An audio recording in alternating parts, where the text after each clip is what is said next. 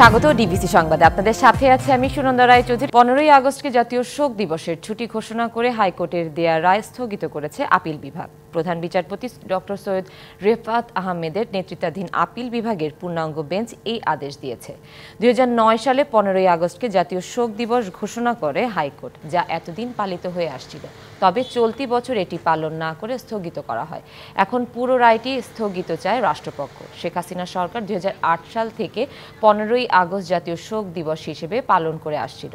গত 5ই আগস্ট আওয়ামী লীগ সরকারের পতনের পর 13ই আগস্ট এ বছরের ছুটি বাতিল করে অন্তর্বর্তী সরকার। এদিকে জয় বাংলাকে জাতীয় স্লোগান ঘোষণার হাইকোর্টের রায় বাতিল চেয়েছে রাষ্ট্রপক্ষ, যা শুনানির জন্য রবিবার দিন ঠিক করেছে আপিল বিভাগ। 15ই আগস্টকে জাতীয় শোক দিবস এবং সরকারি ছুটি ঘোষণা করা হয়েছিল একটি রায়ের মাধ্যমে। তো সরকার পক্ষ মনে করেছে যে এটি সম্পূর্ণভাবে যে সময়কার যে গভর্নমেন্ট থাকবে তাদের এটা একটা পলিটিক্যাল কোয়েশ্চেন। তো সেইটার বিরুদ্ধে আপিল করা হয়েছিল এবং আমাদের আপিলের লিভের শুনানি করে রায়টাকে স্থগিত করে দেওয়া হয়েছে এবং পরবর্তীতে এটা শুনানির জন্য আসবে।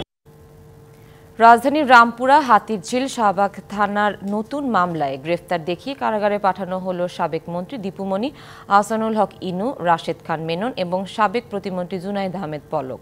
সোমবার সকালে তাদের ঢাকার চিফ মেট্রোপলিটন ম্যাজিস্ট্রেট আদালতে আনা হয়। মামলার তদন্ত কর্মকর্তারা তাদের পুনরায় গ্রেফতার দেখানোর আবেদন করেন। দুই পক্ষের শুনানি শেষে মেট্রোপলিটন ম্যাজিস্ট্রেট মোহাম্মদ ইমরান আহমেদের আদালতের গ্রেফতার দেখিয়ে কারাগারে পাঠানোর আদেশ দেয়। রাষ্ট্রপক্ষের আইনজীবী জানান, জুলাই আগস্টের গণহত্যায় প্রত্যক্ষ ও পরোক্ষভাবে তাদের মদদ রয়েছে। এর আগেও বিভিন্ন মামলায় দীপুমণি, আহসানুল হক ইনু, রাশেদ খান মেনন ও জুনাইদ আহমেদ পলক রিমান্ডে ছিলেন।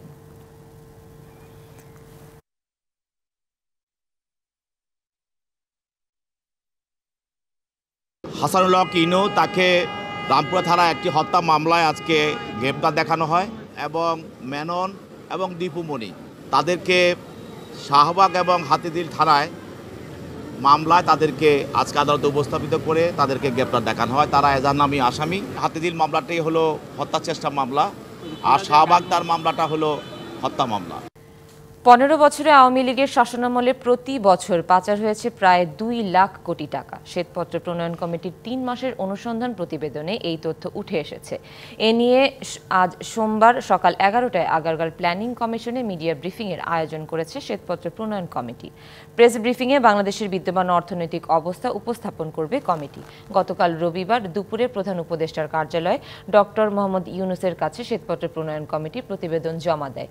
30 অধ্যায়ের 400 পৃষ্ঠার শ্বেতপত্রে উঠে এসেছে শেখ হাসিনা সরকারের অনিয়ম, দুর্নীতি আর লুণ্ঠনের চিত্র তুলে ধরে বলা হয়, 15 বছরে বার্ষিক উন্নয়ন কর্মসূচিতে 7 লাখ কোটি টাকার বেশি ব্যয় হয়েছে এবং এর 40% অর্থ আমলারা লুটপাট করেছে। যে কোনো মূল্যে আওয়ামী লীগ সরকারের আমলে পাচারের টাকা ফেরত আনতে কাজ করছে সরকার। 10 ডিসেম্বর থেকে FBI সহ আন্তর্জাতিক বিভিন্ন সংস্থার সঙ্গে বৈঠক করবে অন্তর্বর্তী সরকার। ফরেন সার্ভিস একাডেমিতে ব্রিফিংয়ের কথা জানিয়েছেন প্রধান উপদেষ্টার প্রেস সচিব শফিকুল আলম। তিনি বলেন, কয়েকজন ব্যবসায়ী ও তাদের দোসরদের মাধ্যমে এসব লুটপাট হয়েছে। গত 15 বছরে যা হয়েছে তার বিচার করা সরকারের অগ্রাধিকার বলেও জানান প্রেস সচিব। বলেন, যারা পুরো দেশকে লণ্ডভণ্ড অবস্থায় রেখে গেছে তাদের বিচার বাংলার মাটিতেই হবে।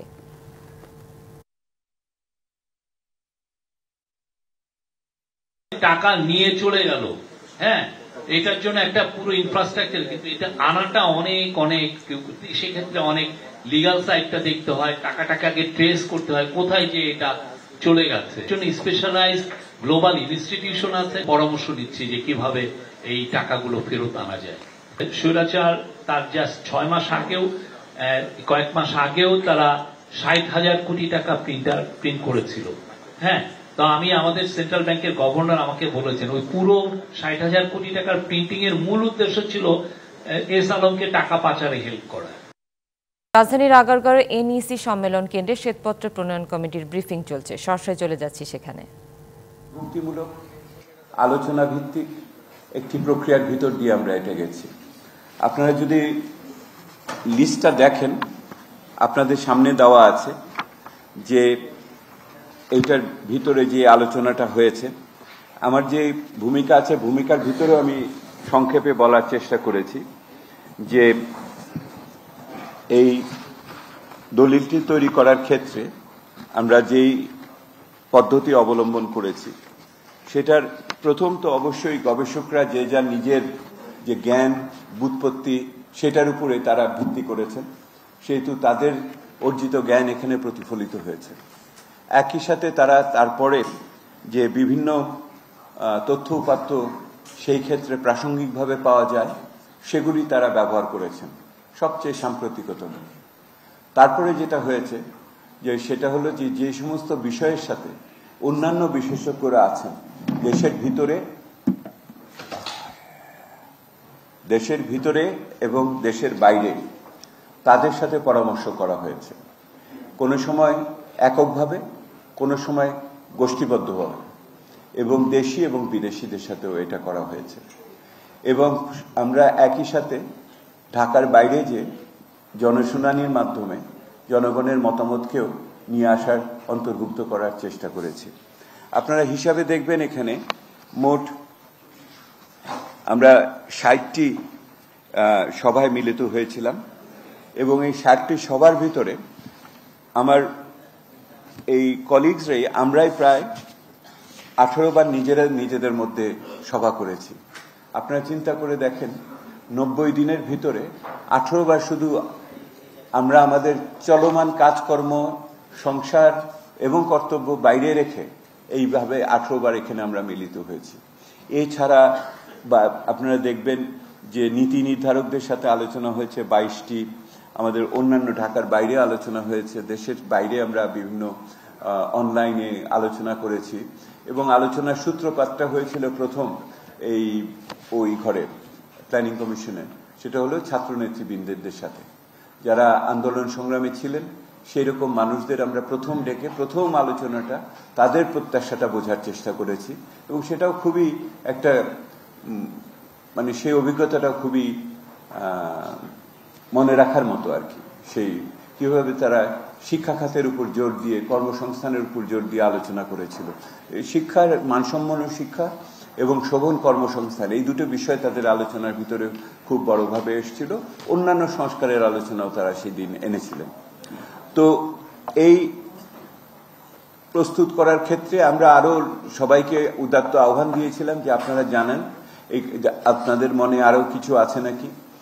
অনেকে ফোন করে বলেছে এটা তো বাইরে বলা যাবে না, এসে সামনাসামনি বলবো। আমরা বলেছি দেখেন, আমি প্রথম থেকে বলছি আমরা ব্যক্তি নিয়ে আলোচনা করছি না, প্রতিষ্ঠান নিয়ে আলোচনা করছি না, আমরা প্রক্রিয়া নিয়ে আলোচনা করছি। এই ঘটনা কিভাবে ঘটলো এইটি হলো আলোচনার বিষয়। সেহেতু ব্যক্তিগত যদি আরো কোনো তথ্য উপাত্ত থাকে এটা আপনারা দুদকে নিয়ে যান, সরকারের ফাইন্যান্সিয়াল ইউনিটে নিয়ে যান, ওই যে BFIU বা বাংলাদেশ ব্যাংকে বা দুর্নীতি দমন কমিশনের কাছে নেন, এইটা তাদের কাজ হবে। আমাদের কাজ চোর ধরা না, আমাদের কাজ হলো চুরির বর্ণনা দেওয়া। সবার জন্য ন্যায় বিচার প্রতিষ্ঠা করতে চায় জামায়াতে ইসলামী, একথা বলেছেন দলের আমির ডক্টর শফিকুর রহমান। সোমবার সকালে ঝালকাঠিতে এক কমিউনিটি সেন্টারে দলীয় কর্মীদের নিয়ে এক সমাবেশে একথা বলেন তিনি। এ সময় ডক্টর শফিকুর রহমান আরও বলেন, এমন দেশ তৈরি করতে হবে যেখানে কোর্ট কাচারিতে কাউকে লাঞ্ছিত হতে হবে না, শ্রমিক তার ন্যায্য অধিকার পাবে, এতে যেন তার কোনো বাধার সম্মুখীন না হতে হয়। পরে জামায়াতের আমির যোগ দেন নেসারাবাদ NS কামিল মাদ্রাসার মাঠে সুধী সমাবেশে। কিছুটা দেরিতে হলেও পঞ্চগড় থেকে ছবির মতো ভেসে উঠেছে হিমালয়ের পর্বতশৃঙ্গ কাঞ্চনজঙ্ঘা। সূর্যের আলোক ছটায় ক্ষণে ক্ষণে রং পাল্টে মোহনীয় রূপ ছড়াচ্ছে, আর তা দেখতে শীত উপেক্ষা করে এ জেলায় ভিড় করছেন দেশের বিভিন্ন প্রান্তের পর্যটক। ভোরের আলো ফুটতেই পাহাড় চূড়ায় আলোকছটা, অন্ধকারের মধ্যেই উত্তরের আকাশে চকচক করতে থাকে কাঞ্চনজঙ্ঘা। ভোরে পোড়ামাটির রঙের দেখালেও বেলা বাড়ার সাথে সাথে কিছুটা ঝাপসা হয়ে আসে। কাঞ্চনজঙ্ঘাকে তখন দূর থেকে দেখে মনে হয় এক টুকরো মেঘ ঠায় দাঁড়িয়ে আছে। সূর্যকিরণের তারতম্যের কারণে কখনো লালচে, কখনো বেগুনি রঙের আভায় মোহনীয় হয়ে ওঠে হিমালয়ের দ্বিতীয় পর্বতশৃঙ্গটি। হাজার মাইল দূরে হলেও অক্টোবরের মাঝামাঝি থেকে নভেম্বরের মাঝামাঝি পঞ্চগড় থেকে দেখা মেলে মনোমুগ্ধকর কাঞ্চনজঙ্ঘা। তবে এবছর কিছুটা অপেক্ষার প্রহর গুনতে হয়েছে পর্যটকদের। হেমন্তের শেষের দিকে এসে মেঘমুক্ত আবহাওয়ায় উত্তরের আকাশে উঁকি দিয়েছে পর্বতশৃঙ্গটি। দুর্লভ দৃশ্য দেখে আর ছবি তুলতে পেরে অভিভূত পর্যটকরা। কাঞ্চনজঙ্ঘাটি অনেক সুন্দরভাবে তেঁতুলিয়া ডাকবাংলা থেকে দেখতে পেলাম। আসলে পাসপোর্ট ভিসা ছাড়াই বাংলাদেশ থেকেও যে কাঞ্চনজঙ্ঘা দেখা সম্ভব, সেটা তেঁতুলিয়াতে না আসলে কেউ বুঝতে পারবেন না। এটা আসলে ভাগ্যের বিষয় যে পৃথিবীর তৃতীয় উচ্চতম পর্বতশৃঙ্গ কাঞ্চনজঙ্ঘা হিমালয় এই জায়গা থেকে স্পষ্ট দেখা যায়। কাঞ্চনজঙ্ঘা দেখতে ওয়াচ টাওয়ার নির্মাণ সহ পর্যটক আকর্ষণে জেলার অন্যান্য দর্শনীয় স্থান সাজানোর পরিকল্পনা নিয়েছে প্রশাসন। সারা দেশের মানুষের কাছে আমাদের পঞ্চগড় জেলা সমতলের চা এবং কাঞ্চনজঙ্ঘার জন্য খুবই জনপ্রিয় এবং খুবই সুপরিচিত। সারা দেশের মধ্যে পঞ্চগড়ে সবার আগে শীত শুরু হয়। পর্যটকেরা এই জেলায় এসে যেন স্বাচ্ছন্দ্যে, নির্বিঘ্নে এবং নিরাপদে তাদের যে ভ্রমণ এটি যেন আনন্দদায়ক হয়, নিরাপদ হয়, সেটি নিশ্চিত করবার জন্য আমরা ইতিমধ্যে সকল ধরনের প্রস্তুতি গ্রহণ করেছি। তেঁতুলিয়া ডাকবাংলো সংলগ্ন মহানন্দা নদীর তীর, শালবাহান ও বোড়াবুড়ি ইউনিয়নের সীমান্তবর্তী গ্রামগুলো এবং সদর উপজেলার টিটিহিপাড়া থেকে সবচেয়ে ভালো দেখা যায় কাঞ্চনজঙ্ঘা। DBC news desk. দেশের ডেঙ্গু পরিস্থিতি নিয়ে স্বাস্থ্য অধিদপ্তরের মহাপরিচালক ব্রিফিং করছেন। সরাসরি চলে যাচ্ছি সেখানে। শরীরের বিভিন্ন অঙ্গ প্রত্যঙ্গ তার কার্যক্ষমতা হারায় ফেলে, তখন আমরা যতই চিকিৎসা দেই এটাকে আর পূর্বের অবস্থায় ফিরিয়ে নিতে পারি না। এটাকে বলি আমরা ইরিভার্সিবল শক, মানে অপরিবর্তনশীল শরীরের অব্যবস্থা বা অনিয়ন্ত্রিত ঘটনা। এটা তখনই হয় রোগীরা যখন দেরিতে আসে। এই দেরিতে আসার কারণ হিসেবে আমরা মনে করছি মানুষের সচেতনতার অভাব। আমাদের দিক থেকে মনে করছি আমরা যথেষ্ট পরিমাণ প্রচার এবং প্রচারণা চালাতে পারতেছি না, অথবা আমরা যেগুলো চালাচ্ছি সেগুলো সমাজে ঠিক যেভাবে কাজ করার কথা, যেভাবে প্রতিফলন আসার কথা সেভাবে আসছে না। এই জন্য আপনাদেরকে সাহায্য চাওয়ার জন্য আপনারা এখন we are going to digitalization. এই ডিজিটালাইজেশনের যুগে আপনাদের ভূমিকা অত্যন্ত গুরুত্বপূর্ণ এবং মানুষ আপনাদের মাধ্যমে বিষয়টা বেশি ভালোভাবে জানবে এবং বেশি ভালো করে এটাকে মূল্যায়ন করবে, সেই অনুসারে কাজ করবে এবং সর্বোপরি ডেঙ্গু প্রতিরোধে আপনাদের একটা গুরুত্বপূর্ণ ভূমিকা আমরা আশা করে আপনাদেরকে আমন্ত্রণ জানিয়েছি। অ্যাকচুয়ালি মামলা বাণিজ্য ও হয়রানি রোধে আইনি সহায়তা দেওয়ার কথা জানিয়েছে বাংলাদেশ সংস্কারবাদী পার্টি।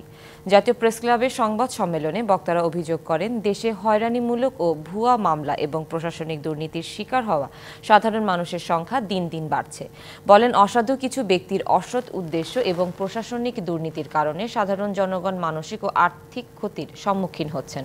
ফলে এই চ্যালেঞ্জ মোকাবিলায় কমিউনিটি প্রোটেকশন লিগ্যাল এইড নামে একটি আইনি সহায়তা কেন্দ্রের চালুর ঘোষণা দেন তারা। নতুন নির্বাচন কমিশনের প্রথম সভা বসেছে। রাজধানীর আগারগাঁওয়ে নির্বাচন কমিশন সচিবালয়ে চলছে এই সভা। সেখানে আছেন সহকর্মী নূপুর মাহমুদ। নূপুর, নতুন নির্বাচন কমিশনের প্রথম সভার এজেন্ডা কি? সবশেষ কি তথ্য আছে আপনার কাছে জানাবেন। ধন্যবাদ আপনাকে। আপনি যেমনটি বলছিলেন, আজকে কিন্তু নির্বাচন কমিশন গঠনের পর আজকেই কিন্তু প্রথম নির্বাচন কমিশন সভা বসেছে। আর সকাল 11টায় যথাসময়ে কিন্তু নির্বাচন কমিশনে 4জন কমিশনার সহ প্রধান নির্বাচন কমিশনার মিলেই কিন্তু আজকে কমিশন সভায় বসেছে। আমরা দেখেছি সকালেই কিন্তু এসেছেন, সে সাথে কর্মকর্তারা বেসিক্যালি আছেন।